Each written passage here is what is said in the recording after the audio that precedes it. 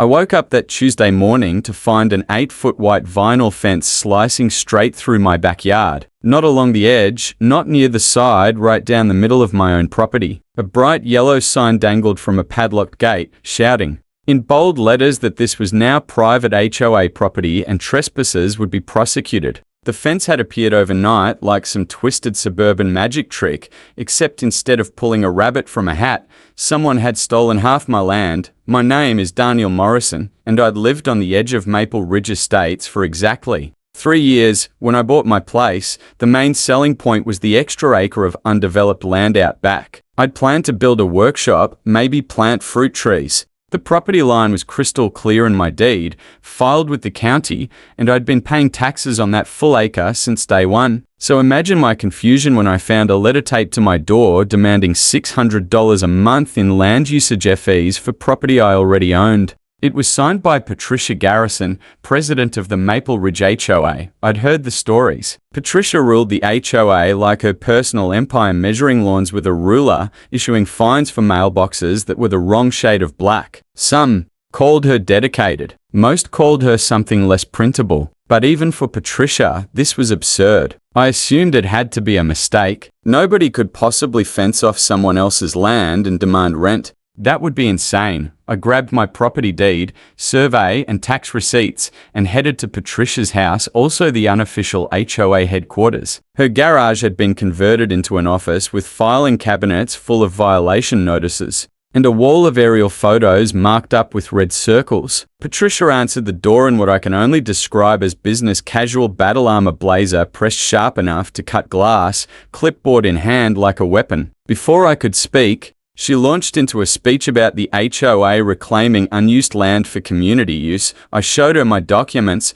pointing out the fenced area was mine. She barely glanced at them before waving me off. The HOA bylaws, she claimed, superseded property rights. The committee had decided the land would become a private dog park for premium members with keycard access available for another monthly fee. When I called it theft, she laughed and said possession was 9/10 of the law. Within days, crews installed benches, weigh stations, and signs advertising the Maple Ridge Premium Pet Paradise, complete with membership rates. Patricia held a ribbon-cutting ceremony, grinning for the newsletter photographer while celebrating the theft of my property. The other board members either deferred to her or, like one named Gerald, whispered that she had files on everyone, and crossing her meant endless violation notices. Another, Sandra, just shrugged and said the dog park would raise property values. That's when I decided to stop arguing and start digging. What Patricia didn't know was that I work as a contract specialist for a real estate development firm. 3 years ago, I had registered a conservation easement on that back acre with the County Environmental Protection Agency. It prohibited permanent structures, commercial use, or alterations without my written consent. Every single thing the HOA had done violated not just property law, but environmental statutes, each carrying fines of $500 per day per violation. 8 days in, I counted at least 12 violations, $48,000 and climbing. I compiled everything: deed, easement, photos, tax receipts, and a cease and desist letter from my attorney, who specializes in HOA overreach. He was almost giddy at the thought of court. At Thursday's HOA meeting, Patricia was halfway through grass height violations and bird feeder citations when she proudly announced the dog park's success and plans for an agility course.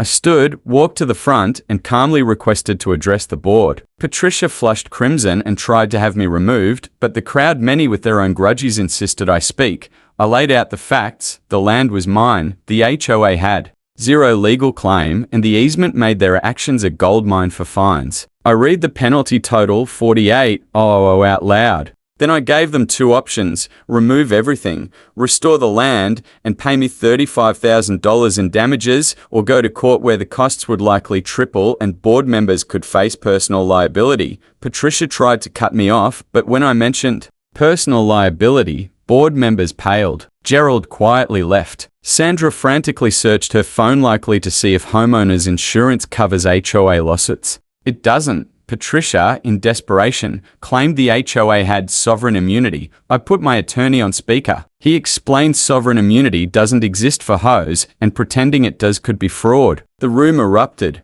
Homeowners, started airing every buried grievance 10 on decorative rocks while ignoring playground repairs, why Patricia's house never got violations despite having them. The board huddled in a corner for 20 minutes before voting 4-1 to meet my demands. Patricia was the lone no and was promptly informed a special election would be held to remove her. The next morning, the county zoning department called. Someone wonder who claimed I was squatting on HOA land. The inspector reviewed my paperwork, confirmed my ownership, and opened a formal case against the HOA for easement violations. Fines could exceed $100,000, and Patricia, who signed the work orders, could be held personally liable. At Sunday's special election, Patricia arrived in campaign mode, boasting about consistent grass height and mailbox color uniformity. When asked about the $48,000 payout, she called it an investment in community harmony. When pressed on the $100,000 in fines, she called it fake news.